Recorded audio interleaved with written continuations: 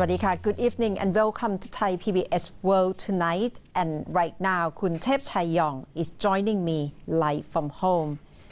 คุณเทพชัย today is the 7 days of the use of state of emergency. And perhaps we are going to see tougher measures on Friday. It's very much likely so because despite the stringent measures introduced under the national emergency decree, it looks like the authorities are not happy with the result of these measures yet, because judging from the number of infection cases, the authorities have made it clear that they want to see a much lower figures. Even though today the new infection cases was reported at only 120, a slight decline from yesterday and the day before.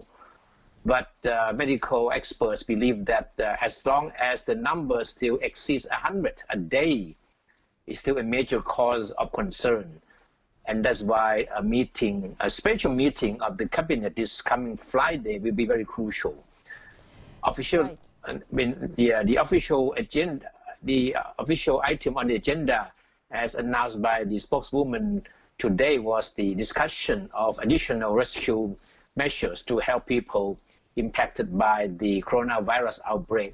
But there is a strong possibility of other harsher measures for the cabinet to consider.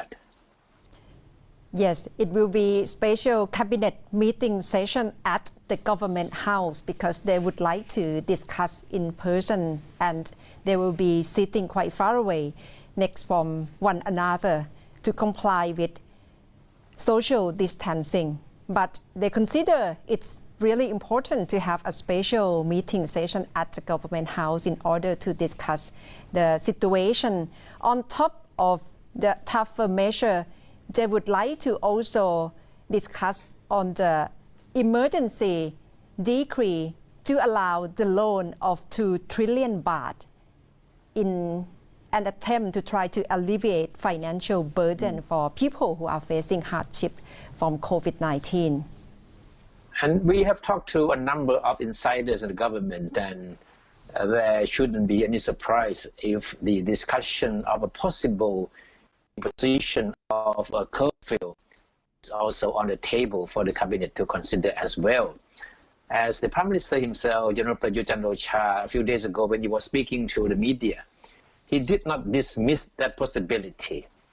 He even suggested that if need be, he might consider imposing a curfew and extending the state of emergency to cover the full 3 months that he is authorized to do so as Prime Minister.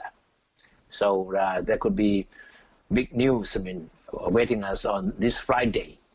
That's right, because to reduce mobility of people is crucial in order to fight and to contain the spread of coronavirus. That's why we are told that we should work at home, stay at home, and keep social distancing. And to travel between provinces have also been ordered to try to lessen our travel as much as we can. And right now we can see how many provinces announced to have partial lockdown in their own local areas in an attempt to fight the outbreak of the virus. That's right.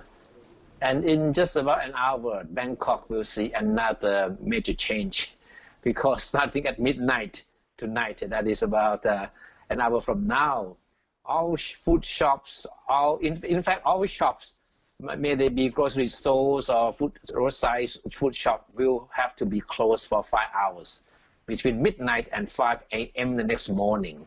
And that is the latest measure announced by the Bangkok Metropolitan Administration, or BMA, whose governor, Kunaswin Kwanmeung, said today that that is a very necessary measure that needs to be taken in order to curb the spread of the virus, because even after stringent measures were introduced 2 weeks ago for entertainment places to be closed, sport venues to be closed, and restrictions placed on food shops and restaurants, a lot of people still hang out at night, Kunata. especially around grocery stores, convenience stores, from where they buy drinks and to drink together in groups. And that has certainly caused a major concern for authorities in Bangkok, because as long as people still go out on the streets and hang out in large groups like that, the possibility of the deadly virus being spread further is always there. Yes, we can see clearer and clearer signal that tougher measures will be announced any time soon in order to try to contain the virus. Even social distancing has to be followed at home as well. And in other countries, for example, in Australia or in Germany, they have issued an order that they cannot gather, of two people cannot gather outdoor or even indoor, and they should try to comply with this order. That is what's happening in other countries, and perhaps Thailand will be following the same direction very soon. Yes, so that means that in countries like Australia, two people is too big a crowd now. Yes, and the situation in the US is quite bleak according to what the US president has press briefing for the American citizen today, especially with the figure, Kun Thepchai, that the number of death tolls in America could be as high as 100,000 or even up to 240,000 deaths from COVID-19. And that was quite a high figure, what President Trump has told ordinary citizens of America. That's why he would like to see more cooperation among American people in terms of social distancing and to work from home. He described the coming 2 weeks as the most painful period that American people will be facing. And of course, this is a stark departure from the stand he took a few weeks ago when he was trying to be very optimistic and underestimated the severity of the situation, even to the point of saying that he expected to see large parts of America return to normalcy by Easter, that is less than 2 weeks from now. And in the evening at about 7 o'clock, when we had another program, Thai PBS World Tonight, we talked to the U.S. Ambassador to Thailand, Ambassador Michael de Sombri, and he also confirmed with us that press briefing in the U.S., the situation was quite serious. I've been watching the presidential daily briefs every day. I find them crucially important. And the one this morning, Thailand time, was obviously particularly sobering and obviously really showed the importance of the message that we all need to do everything that we can do to minimize the impact of the virus. I think otherwise, many of the messages from the daily brief have really shown, have given me great optimism, quite honestly, that when you take the American economic system and free enterprise, ingenuity, and dedication, when fully unleashed to try to vanquish the virus, we will succeed.